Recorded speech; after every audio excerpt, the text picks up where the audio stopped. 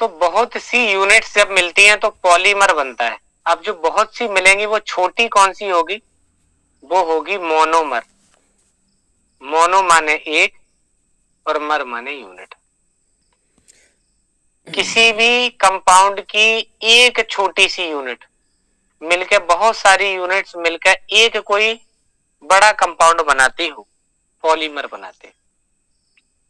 कैसे कहेंगे, इसको कहते हैं एकलक, मोनोमर को, और जो बनता है उसको कहते हैं बहुलक। जब अकेला होगा तो ये लो मोलिकुलर मास वाला होगा, और ये जब बहुत मिल जाएंगे तो हाई मॉलिकुलर वेट या मास हो जाएगा।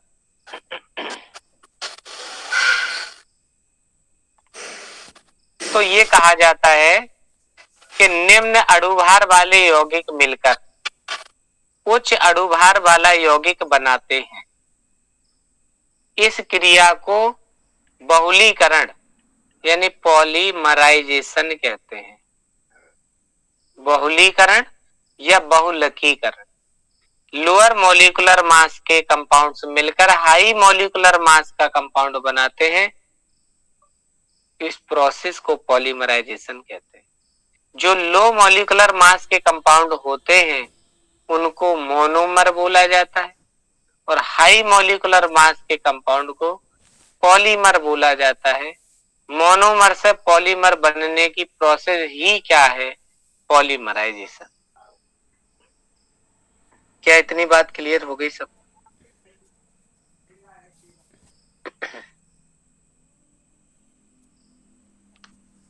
जनरली ये देखा जाता है कि जो मोनोमर होते हैं वो लो मॉलिक्यूलर वेट या मास के होते हैं, डबल या ट्रिपल बॉन्ड वाले होते हैं, जिनके बॉन्ड टूटते हैं और वो लीनियर सिंगल चेन में चेंज हो जाते हैं।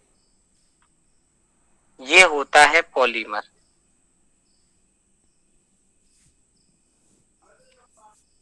अगर आपसे बोला जाए कि पॉलीमर क्या है, तो पॉलीमर एक हाई मॉलिक्यूलर वेट के कंपाउंड हैं जो बहुत से लो मॉलिक्यूलर वेट के, यानी जिसको मोनोमर कहते हैं, उनसे मिलने के बाद, लार्ज नंबर में मिलने के बाद एक जो हाई मॉलिक्यूलर मास का कंपाउंड बनाते हैं उसको पॉलीमर बोला जाता है। जैसे आप सभी यूज करते हैं पॉलीथीन।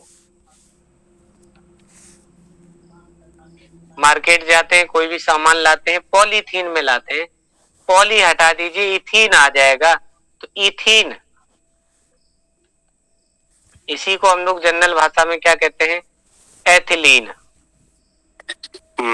जी sir. Ethene CH2 double bond CH2। इसके एन नंबर ऑफ मॉलिक्यूल्स ले ले, मतलब बहुत सारे, तो ये डबल टूट के क्या हो जाएगा, सिंगल।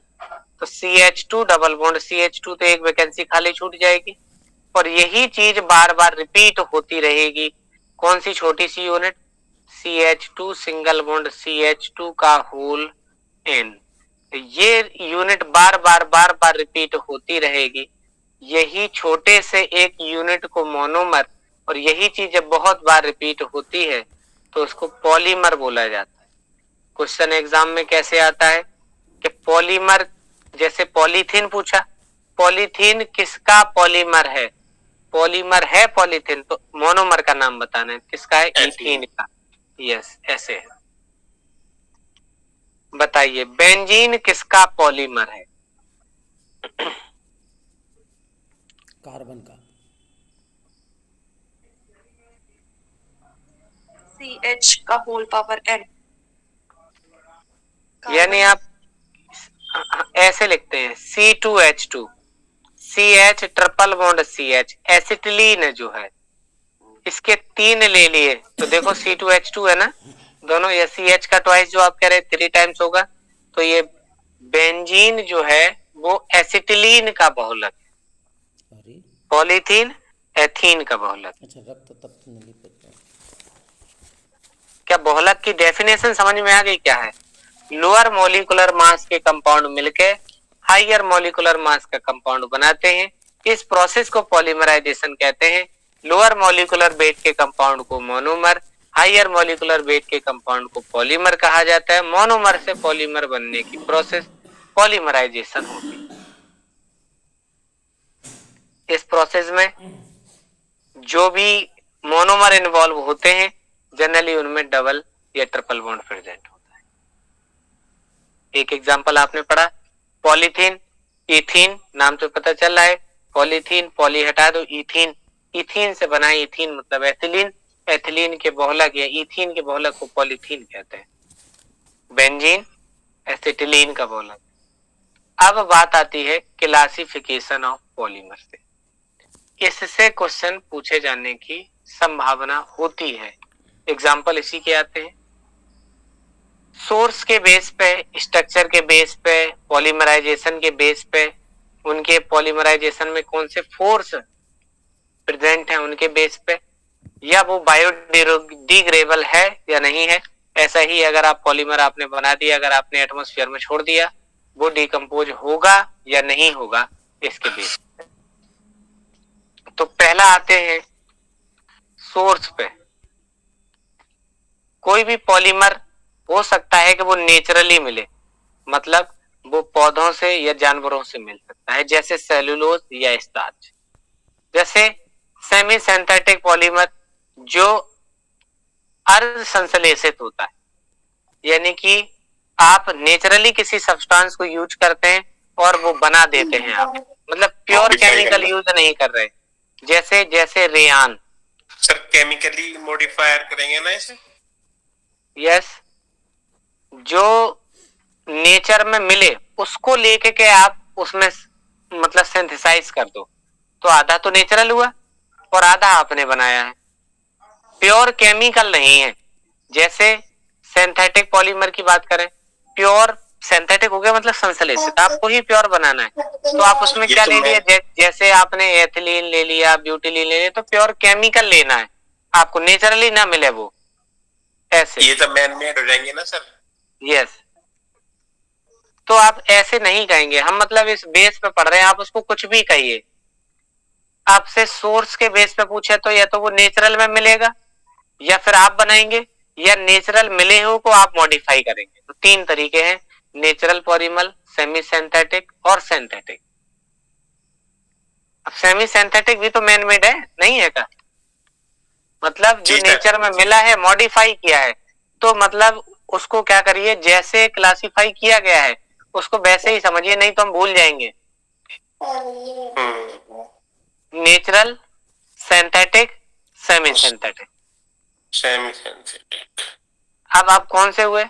प्योर सिंथेटिक की बात करें, जो बिल्कुल बना रहे हैं एथिलीन में, पॉलीएथिलीन। ब्यूटाडाइइन में स्टाइरीन मिला ली, ब्यूनाएस रबर बनती है। फिर सेलुलोज नाइट्रेट, तो सेलुलोज तो नेचुरली मिलता है, नाइट्रेट आपने मिलाया। अब जो बिल्कुल नेचर में मिल रहा है, जैसे सेलुलोज, जैसे स्टार्च, जैसे ग्लाइकोजन, जैसे रबर, आइसोप्रीन से बनती है।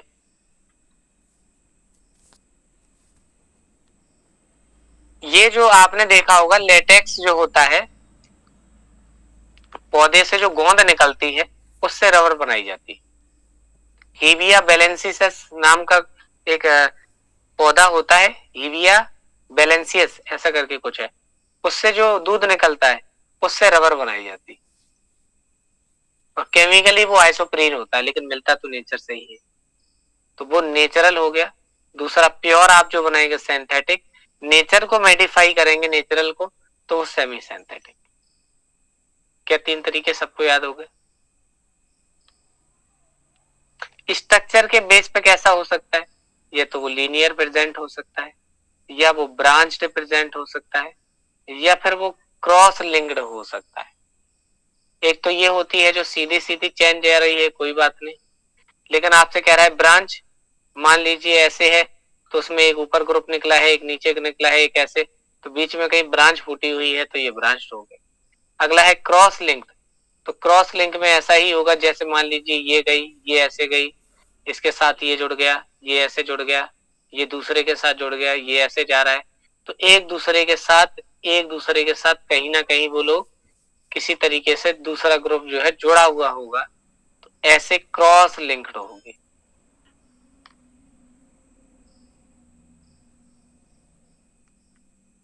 ये बात क्लियर हुई?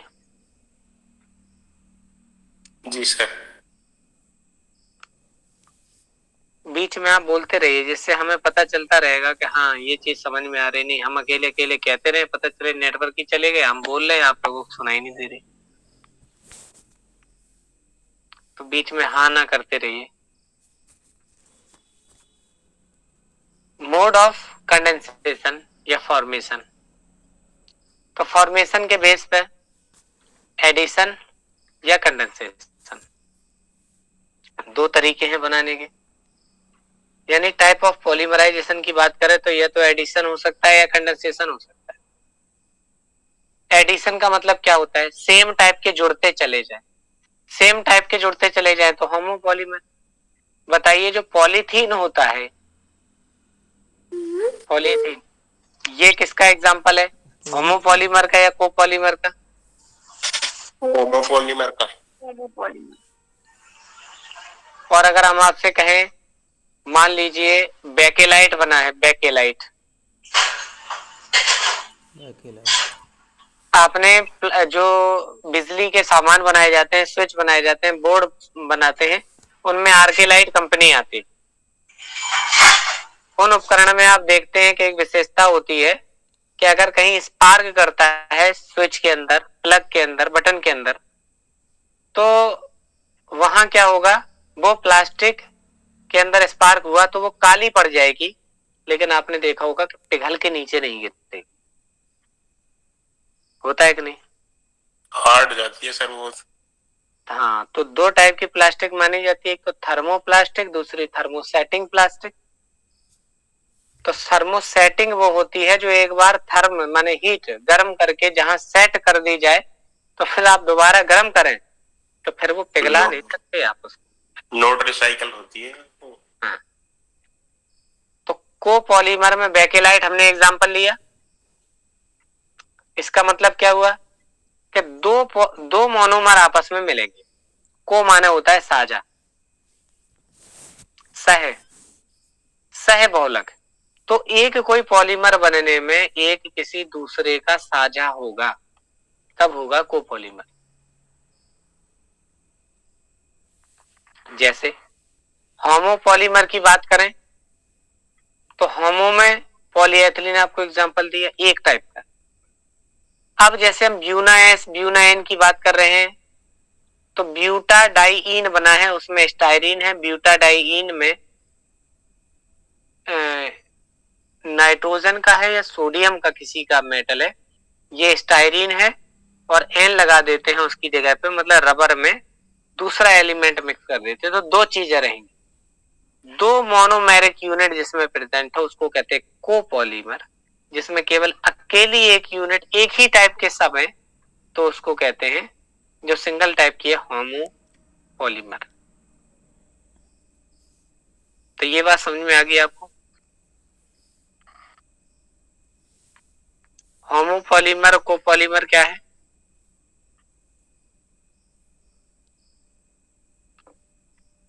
कोई बात नहीं समझ में अभी बता देना, क्योंकि जब क्वेश्चन करेंगे तो फिर एक बार कोपोलियमर और बता दीजिए। को में दो होते हैं।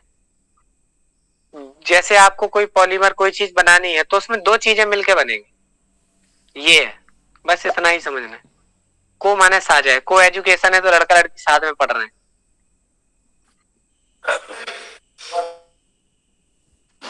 ठीक है। और होमो माने सेम, तो सभी सह एक जैसे। पॉलीमर जैसे इथीन, इथीन, इथीन, पॉलीथीन, बहुत मिलते जाए। एसिटिलीन, एसिटिलीन क्या बन गया? बेंजीन, तो होमोपॉलीमर। जैसे हमने बेकेलाइट का नाम लिया था तो एक तो फॉर्मेल्डिहाइड लगेगा आपका HCHO, दूसरी यूरिया लगी रही तो यूरिया फॉर्मेल्डिहाइड रेजन, ये एक ये दो चीजें हो गई। अब जैसे बात करें नायलॉन 6 बनता है तो दो चीजों से मिलकर बनता है, एक एडिपिक एसिड से मिलके बनता है, एडिपिक एसिड जो कि 6 कार्बन का होता है, ठीक है, नायलॉन 6 और हेक्सामेथिलीन टेट्राएमीन C6CH2 का 6N4। हेक्सामेथिलीन टेट्राएमीन और एडिपिक एसिड दोनों मिलके बनाते नायलॉन 6। तो इसका मतलब दो चीजें मिल रही, तो इसके एग्जांपल में कोपॉलीमर आएगा, ये होता है। अब बात आती है एडिशन और कंडेंसेशन।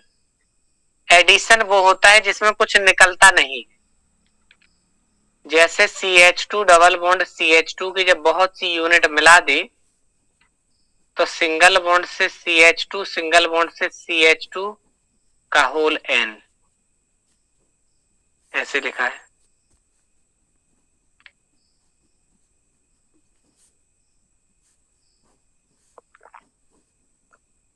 तो एडिशन हो गया ये।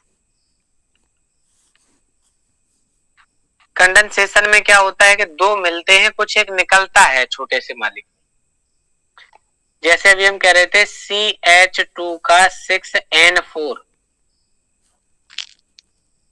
हेक्सामेथिलीन टेट्राएमीन, और मान लीजिए आपने दूसरा कोई एग्जांपल ले लिया,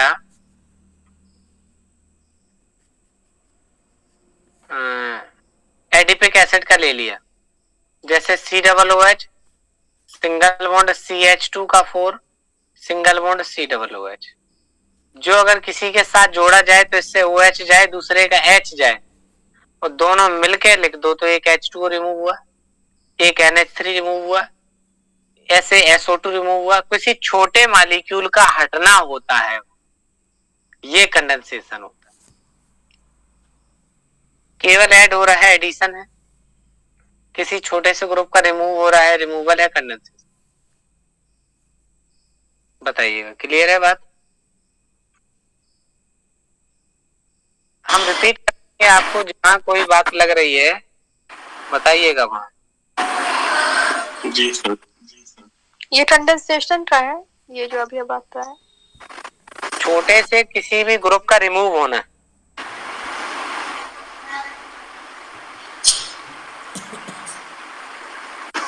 कंडेंसेशन का एग्जांपल है।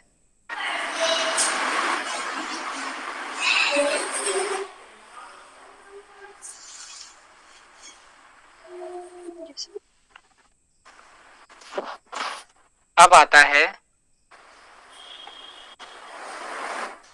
जो केमिकल स्ट्रेंथ है, मतलब जो आपस में जुड़े हुए हैं उनकी स्ट्रेंथ पे।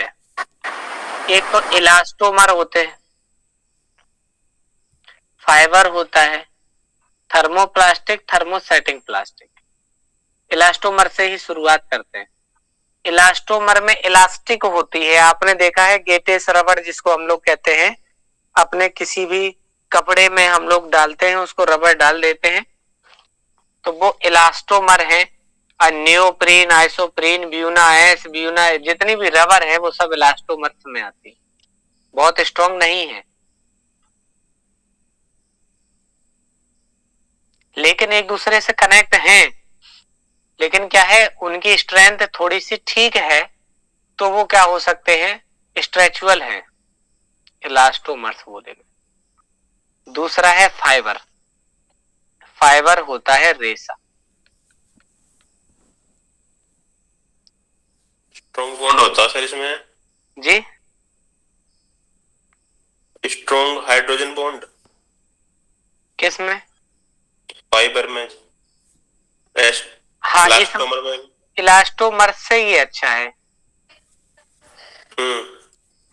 अब जैसे अब इसमें एग्जांपल आपका पॉलीएमाइड, पॉलीएस्टर, ये हो गए, तो इनमें स्ट्रॉन्ग इंटरमोलिकुलर एक्सेस होते, वो सॉरी फोर्स होते हैं, जैसे हाइड्रोजन बॉन्ड वगैरह हुआ, तो ये इसको स्टेबिलिटी प्रदान करते हैं। तो दो चीजें इसके साथ है, एक तो इसमें टेंसाइल स्ट्रेंथ है, तनने की क्षमता भी है, और इलास्टिसिटी भी होती है। तो आपके पॉलीएस्टर का कपड़ा होता है, पॉलीएमाइड होता है, ये सभी फाइबर्स में काउंट किए जाते हैं।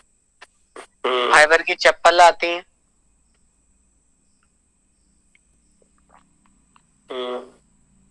प्लास्टिक में रबर आ गए आपके जितने भी है। अब बात आती है थर्मोप्लास्टिक की और थर्मोसेटिंग की।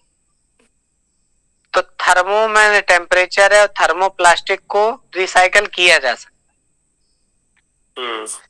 लेकिन जो थर्मोसेटिंग प्लास्टिक होती है उसको हीट करके एक बार जैसा आपने सेट कर दिया वैसा कर दिया, दोबारा अगर आपने गर्म किया तो वो जल जाएगा लेकिन पिघलेगा नहीं।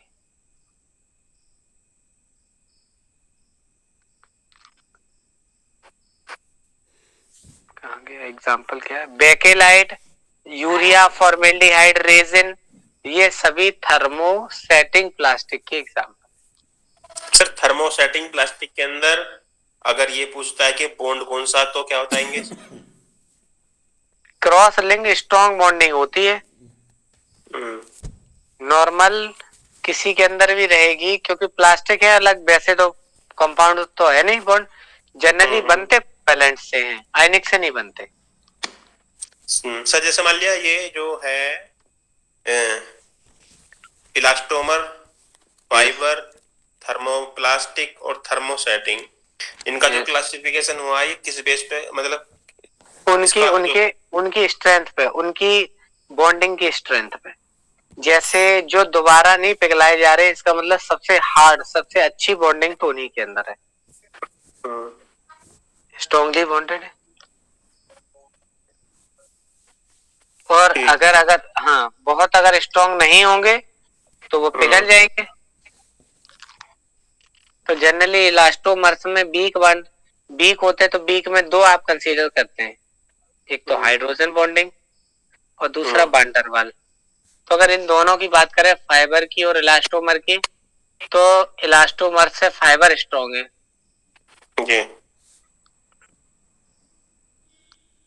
अब आप इसमें ये कह सकते हैं कि इनमें स्ट्रॉन्ग है, मान लीजिए अगर वीक माने तो इसको हम वांडर वाल मान रहे हैं, ठीक है। VNTAWAALS, इसमें वांडर वाल है तो दूसरे में इससे मजबूत है, तो इससे मजबूत बॉन्डिंग होती है हाइड्रोजन बॉन्डिंग, ये बात है। अब थर्मोप्लास्टिक की अगर बात करें, इनकी रेंज इन दोनों के बीच में होती है। यस। और अब बात करते हैं आखिरी थर्मोसेटिंग प्लास्टिक की। तो ये हाईली क्रॉस लिंक्ड होते हैं, हार्ड है और इनसॉल्युबल है। जी 3D नेटवर्क कैसा होता है? एक दूसरे के साथ लिंक होते चले जाते हैं। जैसे सिंपल अभी हम कोई कंपाउंड नहीं बता रहे, ऐसे इस तरीके से मान लीजिए कोई एक स्ट्रक्चर बनी हुई है, तो इसकी ये होगी बॉन्डिंग, ऐसे होगा, ये वाली बॉन्डिंग इसके साथ है, ये वाली ऐसे जा रही, ये वाला और फिर बॉन्डिंग बना लेगा, मतलब इससे आगे आगे बॉन्ड पहुंचेगा, ये चीज ऐसे जुड़ी होगी, तो वो आपस में इस तरीके से चलती रहेगी। ये है क्रॉस लिंकिंग, आपस में ऐसे ऐसे बदलते रहते।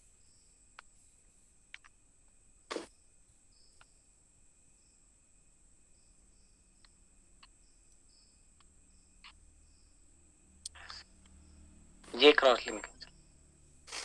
तो सबसे अच्छी बॉन्डिंग है आपकी थर्मोसेटिंग की, फिर फाइबर की,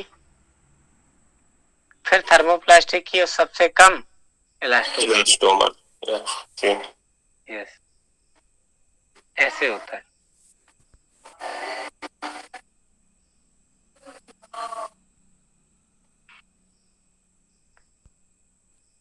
आगे बताया जाए।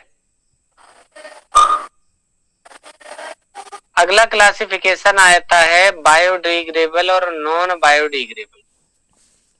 मतलब वो जो जमीन में ऐसे ही डाल दिए जाएं, यूज करने के बाद छोड़ दें, तो क्या वो अपने आप डिकम्पोज हो जाएंगे क्या?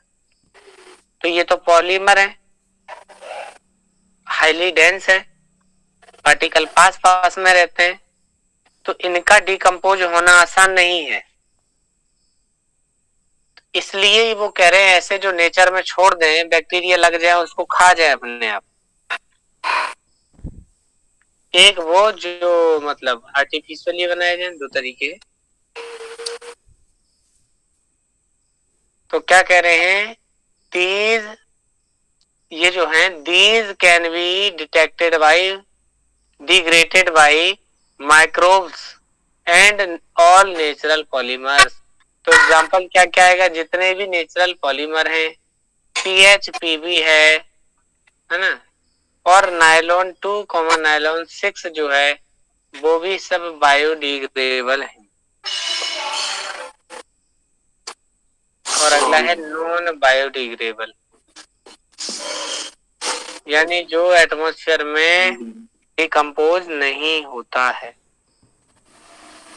सर जैसे ये जो पॉलीथीन होती है, एक तो जैसे मैंने पढ़ा था, एक तो LDP के रूप में होती है और एक HDP के रूप में होती है। एक मतलब high yes density polymer. Yes, तो हाई जो पॉलीमर HDP नहीं, और LDP हाई डेंसिटी पॉलीमर नहीं होता है, एथिलीन है वो, मतलब पॉलीथीन ही है। Polythene, yes, high density polythene. हाँ हाई डेंसिटी के पॉलीमर नहीं है। हाँ हाँ, पॉलीमर पॉलीमर गलत बोल दिया मैंने।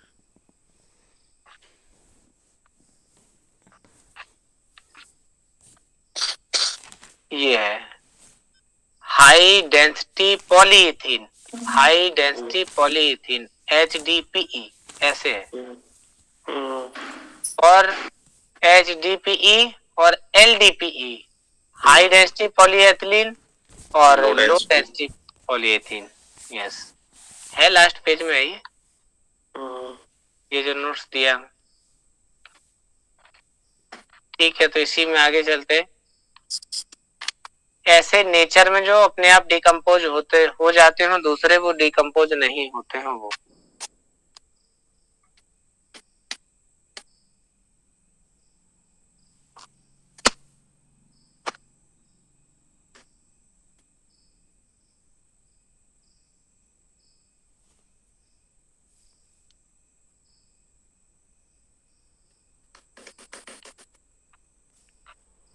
नॉन बायोडिग्रेडेबल में कौन आ रहे हैं, जैसे PVC का पाइप, पॉलीएथिलीन, एथिलीन है, ये क्या होते हैं, नॉर्मली अपने आप डिकम्पोज नहीं होते हैं।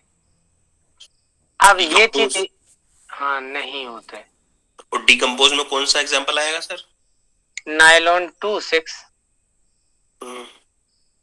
जो हो जाता है तो नायलॉन 2 नायलॉन 6, मतलब ये पूरा ही है इसी का नाम, नायलॉन 2 नायलॉन 6। नायलॉन 2 हाँ नायलॉन 6 ऐसे, ये मत समझना कि 2 अलग 6 अलग है। और होता है PHPB,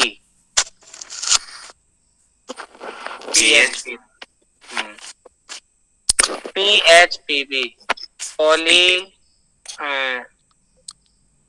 हाइड्रोक्सी ब्यूटाइल बेटरेट, ऐसे करके कुछ बड़ा नाम है उसका, अभी हम बताएंगे, अभी याद नहीं है दिमाग में। तो PHPB और नायलॉन 2 कॉमन नायलॉन 6 दोनों ही बायोडिग्रेडेबल में आते हैं। चलिए अब अगला देखते हैं। पॉलीथीन जो अगर पॉलीमर है तो मोनोमर का नाम क्या है, नाम पॉलीथीन, इसका नाम इथीन। कह रहे हैं पॉलीस्टाइरीन किससे बना है, स्टाइरीन से। स्टाइरीन क्या है कि बेंजीन की रिंग पे CH डबल बॉन्ड CH2 ये लगा देना है।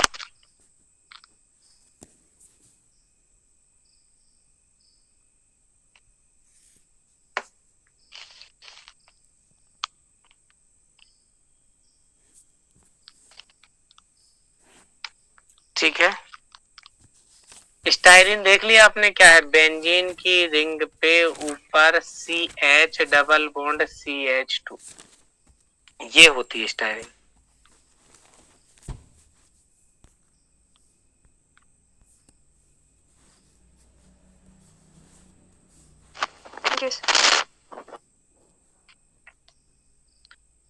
पॉलीविनाइल क्लोराइड PBC, नाम पॉलीविनाइल, पॉली हटा दो, विनाइल क्लोराइड बचेगा। पहचानते हैं विनाइल को, CH2 डबल बॉन्ड से CH खाली जगह छोड़ दो, Cl लगा दो तो विनाइल क्लोराइड हो जाएगा, OH लगा दो तो विनाइल अल्कोहल हो जाएगा।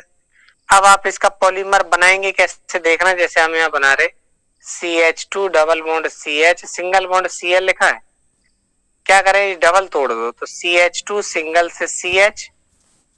अब एक इधर भी वैकेंसी खाली बचेगी तभी तो चारों ही वैलेंसी, एक इधर खाली बचेगी तो हम क्या कर ले Cl इधर बचा ले, बस यहाँ कुछ भी जोड़ देना, यहाँ कुछ भी जोड़ देना, तो यही मोनोमेरिक यूनिट हो गई। यही रिपीट कर देना है बार बार, ये रिपीट करते चले जाएंगे।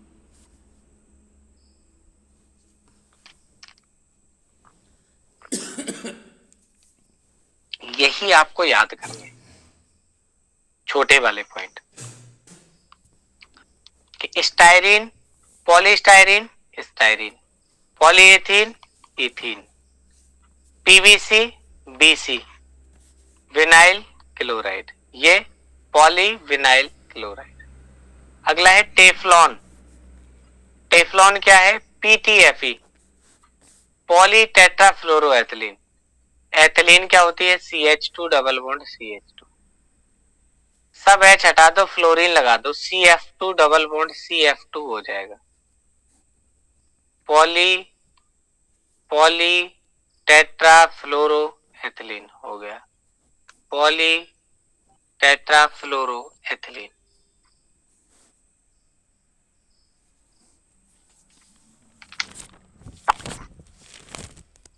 सिंगल से CF2, सिंगल से CF2 खा लीजिए।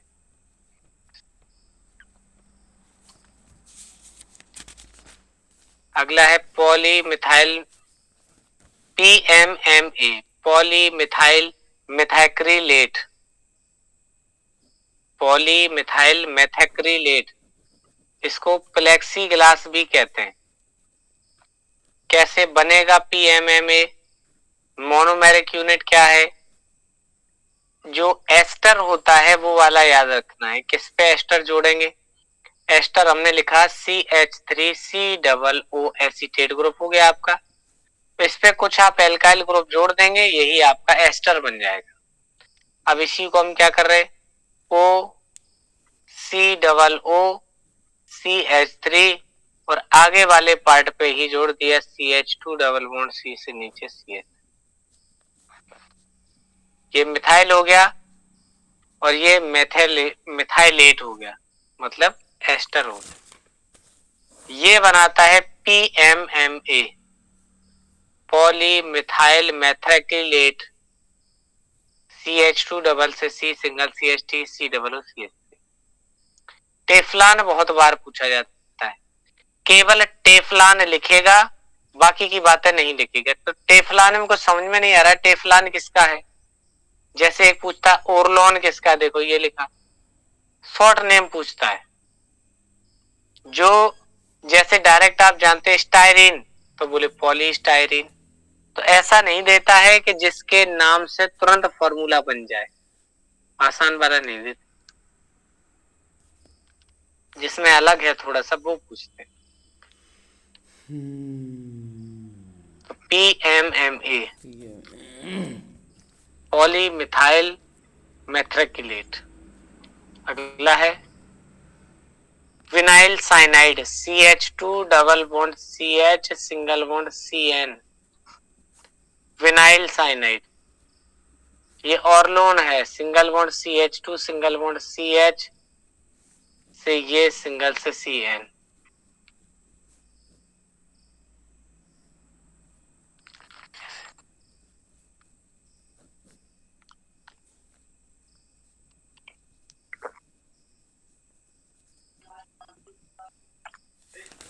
Poly acyl nitrile, acyl group, nitrile मतलब साइनाइड ग्रुप, इसी को कहते हैं ओरलोन। टेफ्लॉन, PVC, ये छोटे छोटे पॉइंट हैं जो आपको देखने पड़े। अगला है नियोप्रीन। नियोप्रीन क्या है? क्लोरोप्रीन से बना हुआ है। क्या लिखेंगे? 1 2 3 4, 2 क्लोरो 1,3, 2 पे क्लोरो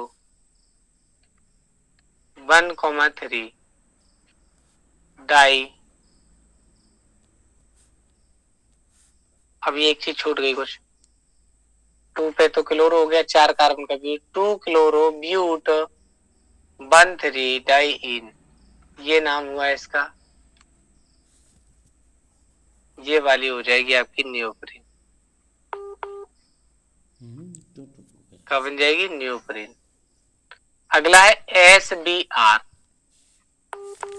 एस माने स्टायरीन, आर माने ब्यूटाडाइन, आर माने रबर।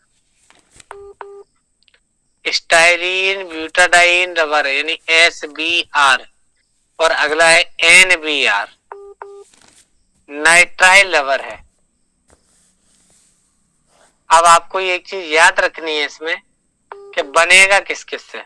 जैसे रबर जो है किससे बन रही, तो पहले तो ये देख लीजिए कि नियोप्रीन आपसे पूछे, बोले एक रबर है जिसका नाम नियोप्रीन है, तो नियोप्रीन किससे बनी? बोले क्लोरोप्रीन से। क्लोरोप्रीन से क्या बनी है? नियोप्रीन। यस। अगला है ब्यूना एस, तो स्टायरीन ब्यूटाडाइन रबर यानी SBr हुआ। तो क्या लिखेंगे? ब्यूटा 1,3 डाइन और स्टायरीन दोनों मिला के एक कंपाउंड बन जाएगा।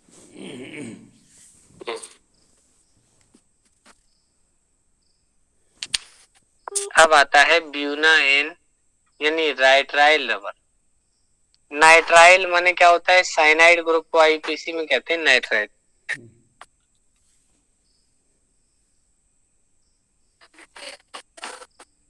तो ये ब्यूटा 1,3 डाइन और एसीटोनाइट्राइल से मिलकर बनते।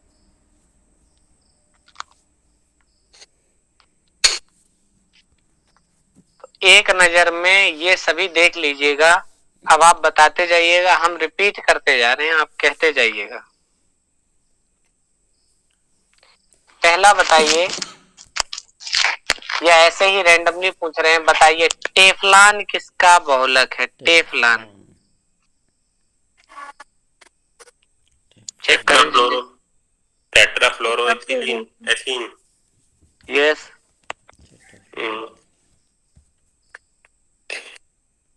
अच्छा अगला बताइए, क्लोरोप्रीन से क्या बनता है?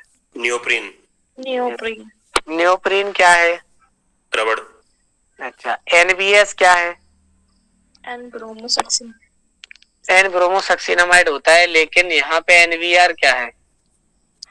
नाइट्राइल रबड़। Nitrile rubber, Buna N. Yes.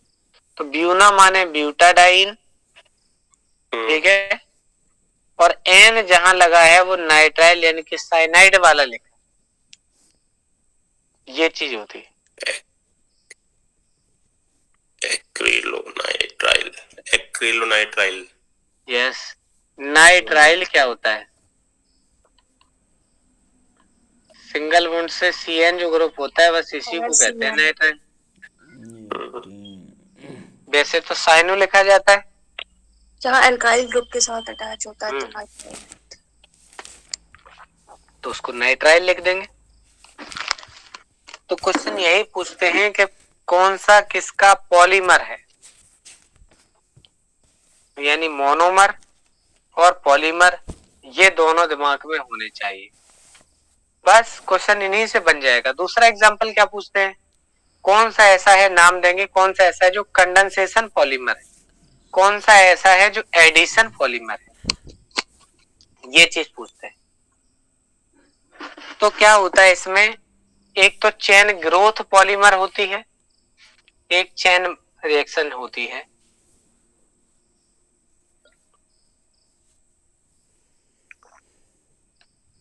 ये तो आपको याद करने पड़ेंगे, वो तो क्वेश्चन आएगा साथ साथ तब पता चलेगा।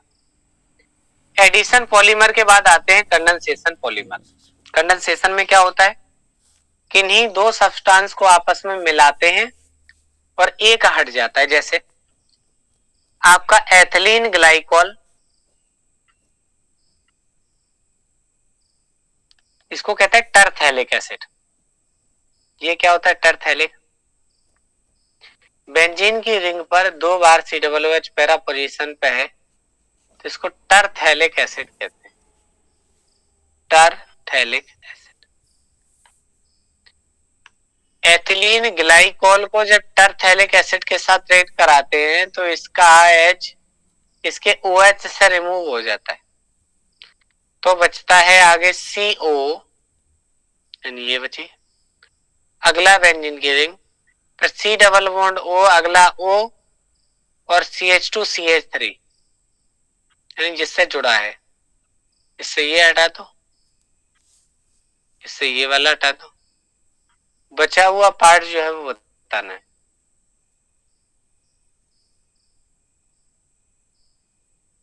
ये H2O यहां से रिमूव हो जाता है, इसी को क्या कहते हैं, पॉलीमराइजेशन यानी पॉलिंग। जो बना है उसका नाम क्या है, टेरिलीन, या इसी को क्या कहते हैं, डेक्रान, इसी का नाम होता है डेक्रोन। अगला है glyptal of alkyl resin. Glyptal, glyptal में क्या होता है, थैलिक एसिड होता है, दो लगातार COOH होते हैं, इसको कहते हैं थैलिक एसिड। इसकी रिएक्शन करा देते हैं एथिलीन ग्लाइकोल से, इधर का OH, इधर का H, इधर का OH, इधर का H, ऐसे करके हट जाता है और बचे हुए कंपाउंड का नाम टरथैलिक एसिड रख देते हैं। सर रेजिन किसको कहते हैं? ये अक्सर एक डाई का ही पार्ट होता है, जो हम लोग रेजिन जिसको जनरल कहते हैं वो बेसिकली डाई का ही एक टाइप होता है। डाई जानने क्या होता है? जो कपड़े वगैरह कलर करने का। यस, बनाने के बेस पे कैसे कहेंगे इसको? कैसे बनाने के मतलब? प्रिपरेशन के बेस पे या फिर प्रॉपर्टी के बेस पे कहते हैं। तो जनरली बालों का, कपड़ों का, इन सब का रंग डालने के लिए बनाया जाता है, तो उसको कहते हैं डाई। अच्छा, दूसरा होता है, आपने नाम सुना होगा, पिगमेंट। पिगमेंट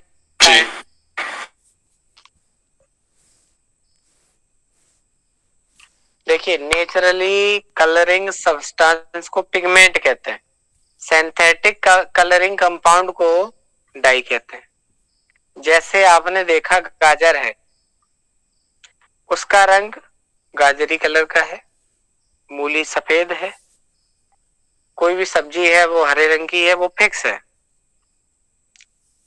तो जिनके फिक्स हैं, जो नेचुरली मिले हैं, वो पिगमेंट है, और जो सिंथेटिक है वो डाई है। अब जैसे डाई बालों में करते हैं, रंगाई में, छपाई में, इन सब में डाई, ऐसे। तो रेजिन भी क्या है, एक टाइप के डाई है। अब इसमें क्या होता है, रेजिन दो टाइप से होते हैं, एक तो आपके डाई तो है ही, एक साथ साथ डाई आप क्या कह सकते हैं कि सेमी सॉलिड टाइप के कंपाउंड भी होते हैं, सेमी सॉलिड टाइप के।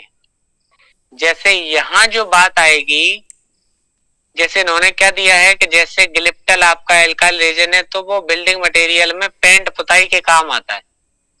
तो यहाँ पे क्या होगा, वो एज ए डाई ही यूज हो रहा है, यहाँ पे पेंट जो बनाए गए हैं, समझ रहे हैं, क्योंकि कलरिंग कंपाउंड हो गए, दिए जाएंगे, और सिंथेटिक है, आदमी ने बनाया है, तो वो डाई में जा रहा है। तो कुछ जगह ऐसा भी होगा जो मतलब जेल जैसा होगा या गाढ़ा होगा, तो वो सेमी सॉलिड टाइप का होगा। ये पहचान है रेजिन की। अगला आता है नायलॉन 6। नायलॉन 6 बनता है कैप्रोलैक्टम से। 6 कार्बन की तो रिंग होती है, लेकिन एक नाइट्रोजन होता है, कैप्रोलैक्टम कहा जाता है, कैप्रोलैक्टम। अगला आता है नायलॉन 6 किससे बनता है, एडिपिक एसिड और हेक्सामेथिलीन डाइअमीन। अभी एग्जांपल बता रहे थे कुछ टाइम पे पहले। CH2 का 6 हेक्सा मैथिलीन हो गया, डाई एमीन लिखनी है तो एक एमीन इधर लिख दो, एक एमीन इधर लिख दो, हो गए 6। बताइए बॉन्डिंग क्लियर हुई है?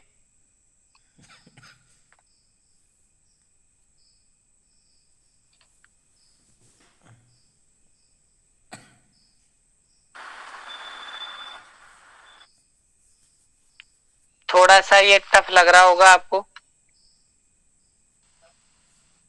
ये काफी बड़े। स्ट्रक्चर से है ना ये दिमाग में भी। मतलब ये समझ में नहीं आ रहा है कि कैसे क्या होगा, तो सिंपली आपको पहले एक चीज याद करनी है केवल, कि कोई भी पॉलीमर किससे मिलके बनता है, केवल इतना। जी। तो पहले सिंपल से बताइए, मैं ऐसे ही पूछते हैं, बताइए पॉलीथीन के मोनोमर का नाम। पॉली हटा दीजिए, हाँ यस, पॉली हटा दीजिए, यस, एथिलीन। एथिलीन या एथीन हो गया। बताइए पॉलीप्रोपिलीन। पॉलीप्रोपिलीन ये जो बड़ा है। पॉली हटा दीजिए, प्रोपिलीन का सर। यस, हाँ सर ये ठीक है। ये लीनियर में आएंगे ना sir? CH3 single bond CH2, yes sir. ये देखो ये बनी है प्रोटीन।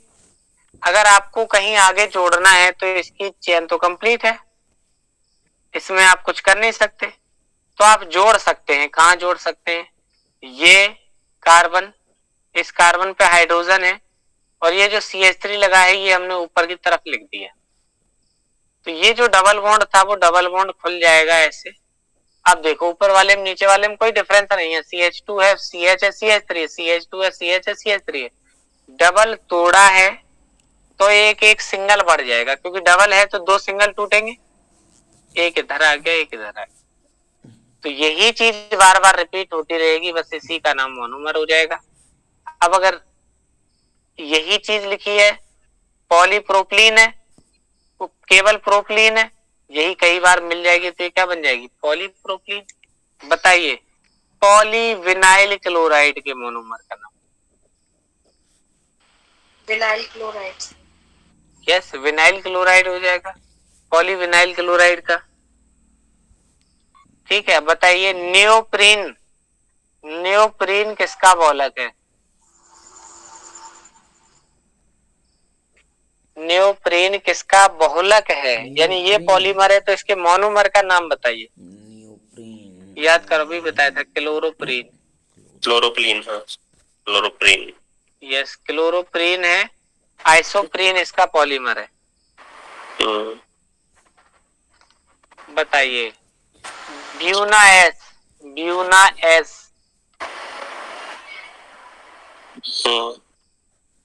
ब्यूटाडाइन रबर है। तो ऐसे याद करनी है, तो इसमें थोड़ा सा टाइम लग सकता है कि कौन सा पॉलीमर किसका है। सर ये कार्बोहाइड्रेट वाला चैप्टर और ये पॉलीमर वाला चैप्टर तो कई कई बार देखने पड़ेंगे। कई बार तो नहीं, कुछ टॉपिक हैं सर, जैसे 20 टॉपिक हम लोग पढ़ेंगे तो एग्जाम में तो 2 ही क्वेश्चन आएंगे, बहुत ज्यादा 3 आएंगे। जी जी। तो उसमें से इम्पोर्टेंट टॉपिक देखने, 20 में से वो 10 या 5 टॉपिक ही ऐसे होते हैं जिनसे क्वेश्चन बनते हैं, पढ़ते तो सब है। जी सर, हाँ यही तो है सर, सिलेक्शन का महामंत्र।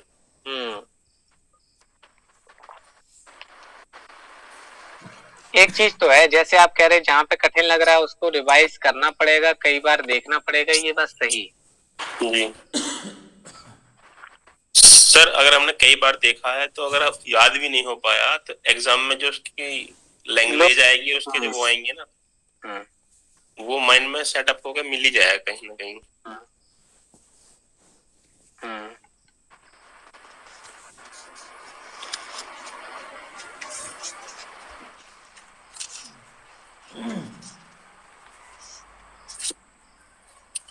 अच्छा, अगला क्या आता है आपका? जैसे इन्होंने कहा बेकेलाइट, आप याद कर लीजिए बेकेलाइट 2 चीज मिलकर बन रही है, फिनॉल नायलॉन 6 दो से मिलके बनना है, adipic acid, hexamethylene diamine. Perlon, perlon nylon 6 का दूसरा नाम होता है, क्या कह रहे, कैप्रोलैक्टम। क्या फॉर्मेल्डिहाइड रीजन, फॉर्मेल्डिहाइड यूरिया से मिल। आवाज आ रही है।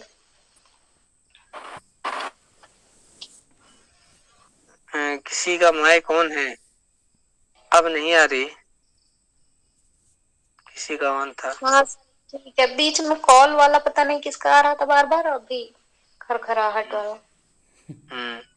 देखिए ऐसा होता है कि जैसे खुद समझ जाया करिए, आप में से किसी का होगा और वो समझ जाते हैं, जैसे उनका माइक ऑन है, जैसे हम बैठे हैं तो मेरे पास अभी शांति है बिल्कुल, अगर मैं यहाँ फैन चलाऊंगा तो मेरे पास आवाज आएगी, तो आपको सरसराहट की आवाज आएगी, मेरे पास कोई बात कर रहा है तो आपके पास आवाज आएगी। तो जो मतलब क्लास अटेंड कर रहा है उसको मालूम है कि खरखराहट उन्हीं के यहाँ से आ रही है। तो जो भी पढ़ रहे हो, जिसके यहाँ से आ रही हो, वो अपने आप देख लिया करें खुद से। ऊपर शो करता रहता है ना सर वो। हाँ शो तो करता रहता है, लेकिन खुद भी मतलब देख लिया करें। तो ये 15 से लेके केवल 20 ऐसे एग्जाम्पल हैं जो मोनोमर पॉलीमर इनसे चलेगा। तो ये थोड़ा सा मतलब देखना पड़ेगा, ध्यान देना पड़ेगा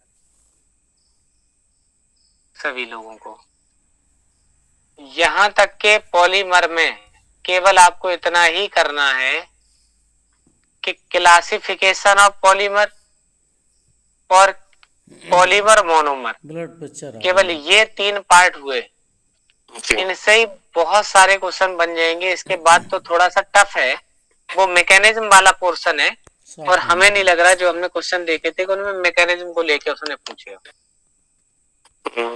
स्पेशली अभी हम मेंशन कर रहे हैं, देखिए उन्होंने कहा पॉलीमर में नेचुरल पॉलीमर आप स्टार्च पढ़ें, आप सेलुलोज पढ़ें, रबड़ पढ़ें, सिल्क पढ़ें। सिंथेटिक पॉलीमर वही आ जाएगा, नायलॉन पढ़ें, टेरिलेन, पॉलीएथिलीन, पीवीसी, टेफ्लॉन। यस, तो जो बताने थे वो सब इसी 2 पेज में लिखे हुए हैं। अब केवल इनके क्वेश्चंस करने हैं। तो आप ये खुद, हमें लग रहा है कि which of the following is an example of natural polymer, RNA and manase, तो दोनों ही इसके एग्जाम्पल है। ओरलॉन नाम लिया था, ओरलॉन। ओरलॉन किसका नाम था, CH2 double bond CH single bond से Cl, जो एसीटोनाइट्राइल था उसका, उसको कह रहे थे ओरलॉन। तो वो styrene tetrafluoro, yes tetrafluoroethylene CF2 double bond CF2, इसको कहते हैं टेफ्लॉन, टेफ्लॉन। तो ऐसे ही वो पूछ लेता है कि निम्न में से टेफ्लॉन कौन सा है, जैसे यहाँ ओरलॉन पूछा, एसीटोनाइट्राइल हो गया। Which of the following is an example of condensation polymer, nylon, bakelite, urea formaldehyde, सभी, ये सभी कंडेंसेशन के एग्जांपल है। ऐसे क्वेश्चन पूछा जाता है। जैसे जैसे आप देख पा रहे हो, उन्होंने पूछा Teflon is a polymer monomer of tetrafluoroethylene. Polymer of chloroprene, chloroprene के आइसोमर का नाम नियोप्रीन। यस, ऐसे होता है। Polyethene is a resin is obtained by the polymerization of, polythene किससे बनती है, इथीन से। यस सर, जो ये पॉलीमर ये क्या है, क्लोरोप्रीन जो है ये, इसके आइसोप्रीन क्या होगा फिर? नहीं नहीं, नियोप्रीन नेचुरल प्रोडक्ट है। हाँ, कि आइसो, ये देखिए ये जो है नियोप्रीन से बनती है क्लोरोप्रीन। ये जो दोनों नाम है, ये दोनों है सिंथेटिक के। और आइसोप्रीन नेचुरल है।